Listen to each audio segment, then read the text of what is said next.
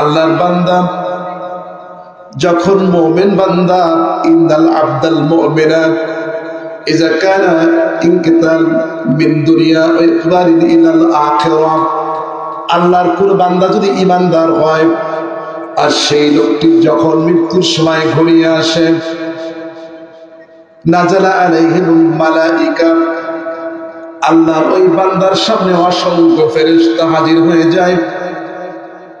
ওয়াজুবুন কান্নাহুমুশ শামস, রাসূলুল্লাহ বলেন যারা হাজির হয় সেই ব্যক্তির বাড়িতে তাদের চেহারা চাঁদের মতো ঝকমক ঝকমক করতে থাকে। সুবহানাল্লাহ বলেন।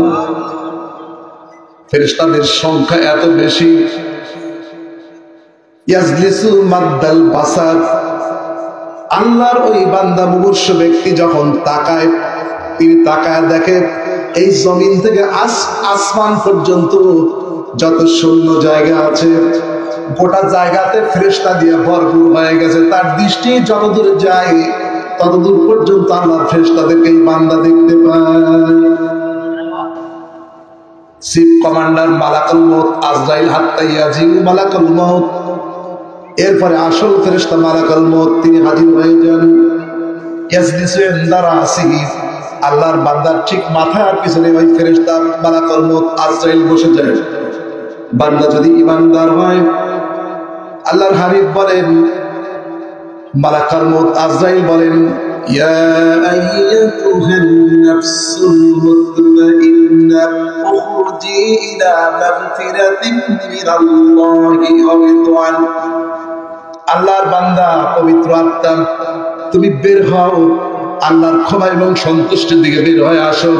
নবীজি বলেন, তাসিরু কাতরাতু মিনাস সাকাব, একটি বোতল যদি আপনি খুলে দেন, মনে করুন একটি বোতল, এটা যদি ঢেলে দেন পানি যেরকম প্যাটারিং করে টাপুর টুপুর পড়বে, আস্তে আস্তে পড়বে।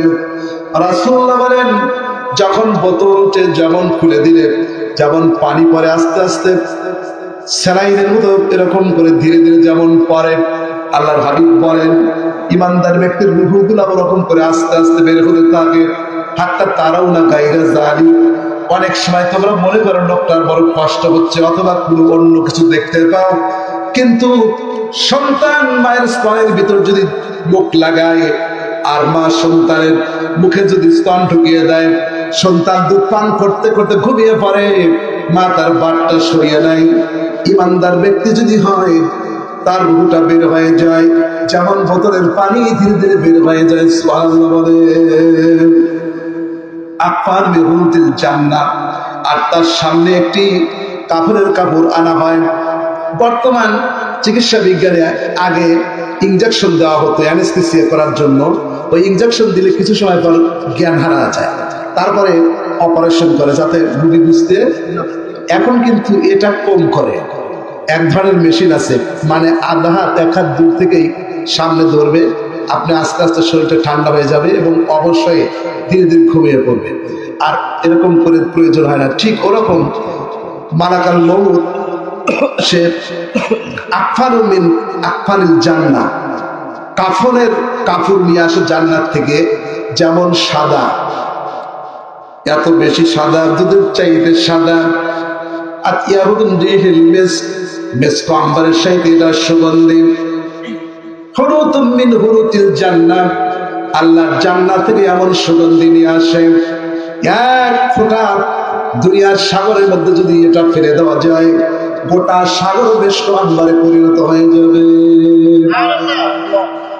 আল্লাহর বান্দার রূহটা যখন বের হয়ে যায়, আসল যিনি সার্জন বড় ডাক্তার, অপারেশন করার পরে যারা অ্যাসিস্ট্যান্ট ডাক্তার তাদের কাছে এটা দেয়, ট্রেতে করে বাইরে অপেক্ষমান রোগীর স্বামী ভাই থাকে, তাদেরকে বলে যে দেখেন আপনার স্ত্রীর এই গলব্লাডারে স্টোন হয়েছিল, আমরা এটা বের করছি।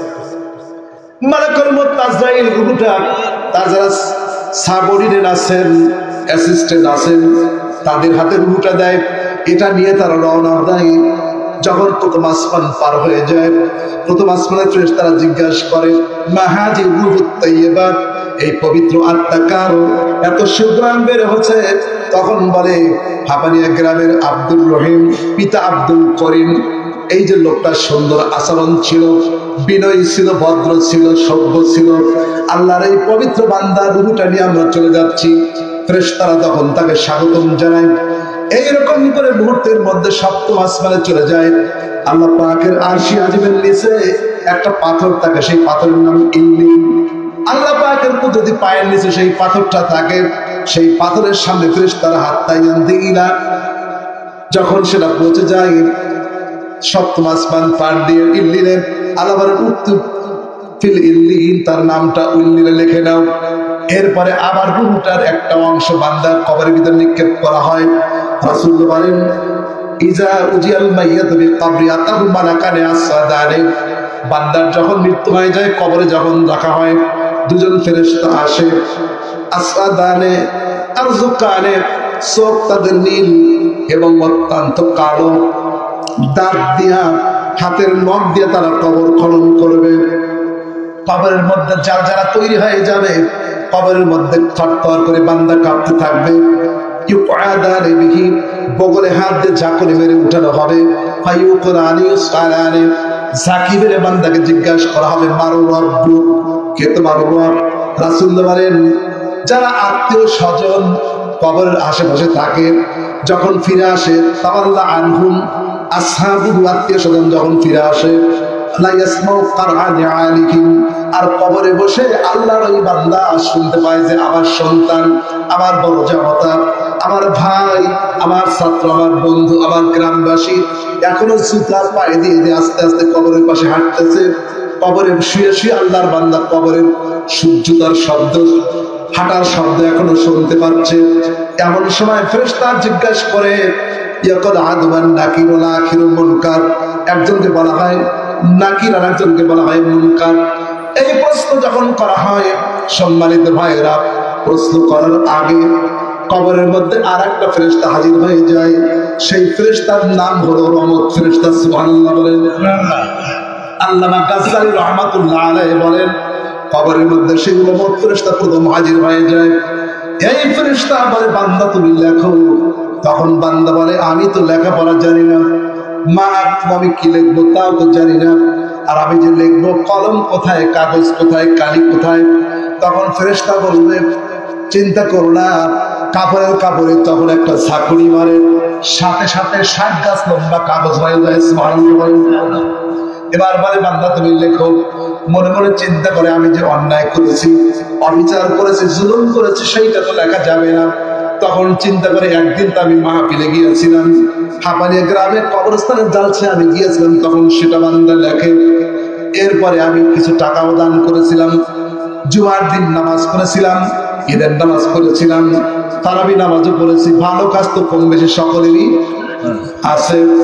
এবার বান্দা কাপড়ের কাপড় হয়ে যাবে কাগজ, আর বান্দা বলবে, আমার তো কলম নাই।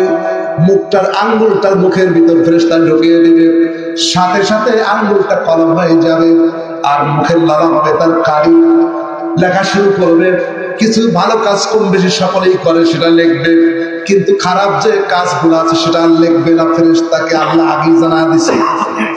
আসামি যে ধরে পুলিশ, এনএসআইডি যে পাই, এর সম্পর্কে তথ্য নিয়েই তো ধরে, নাকি এমনি ধরে? সে যখন জানে যে শিওর অ্যান্ড সার্টেন এই ব্যক্তি এই ঘটনাটা ঘটাইছে, যতক্ষণ সে আসল কথা না বলে তাকে কি ছাড়ে? হ্যাঁ, ছাড়ে না।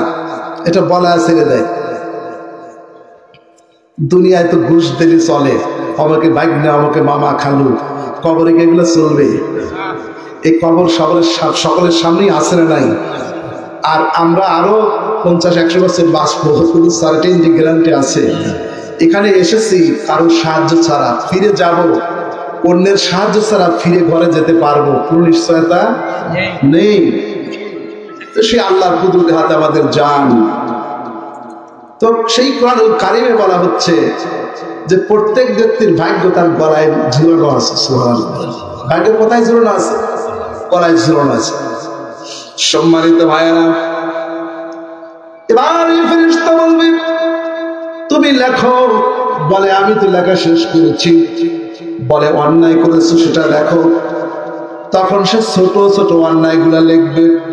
ফেরেশতা রিমান্ডের মতো তাকে শাস্তি দেওয়ার চিন্তা করবে। আবার কিছু লিখবে, লিখতে লিখতে জীবনে যত অন্যায় করেছে সব লেখা শেষ না হলে ফেরেশতা তাকে ছাড়বে। লেখা যখন শেষ হবে ফেরেশতা তখন বলে put a signature here on the sheet of paper. এই যে কাগজটায় তুমি লিখলা, কে লিখলো? আমি তো লিখেছি। তুমি লিখেছো? হ্যাঁ। এটা সিগনেচার করো। তুমি লিখেছো, তুমি এখানে স্বাক্ষর করো। ফেরেশতার সামনে আল্লাহর বান্দা আব্দুল করিম আব্দুল রহিম নিজে দস্তখত করবে। আল্লাহ রাব্বুল আলামিন ফেরেশতা তখন ওটাকে মোড়া দিয়ে তাবিজ যেমন করে গলায় মানুষ নেয় ওরকম করে গলায় পেঁচা দিয়ে ফেরেশতা চলে যাবে। তারপরে আসবে মুনকার নাকির। আল্লাহ পাক বলেন সেই কথা পড়ো কালমের মধ্যে আল্লাহ রাব্বুল আলামিন বলেছেন ওয়া কুল্লা ইনসানিন আলজামনাহু তাইরাহু ফি উনুকি ওয়া নুখরিজু লাহু ইয়াওমাল কিয়ামাতি কিতাবান ইয়ালকাহু মানশুরা ইকরা কিতাবাক কাফা বিনাফসিকা আল-ইয়াওমা আলাইকা হাসিবা। আল্লাহ পাক বলেন সব মানুষ I have tied up everyone him for his personal to his neck। সব মানুষের ঘাড়ে আমি তার ভাগ্য লিখে দিয়েছি, সাটিয়ে দিয়েছি।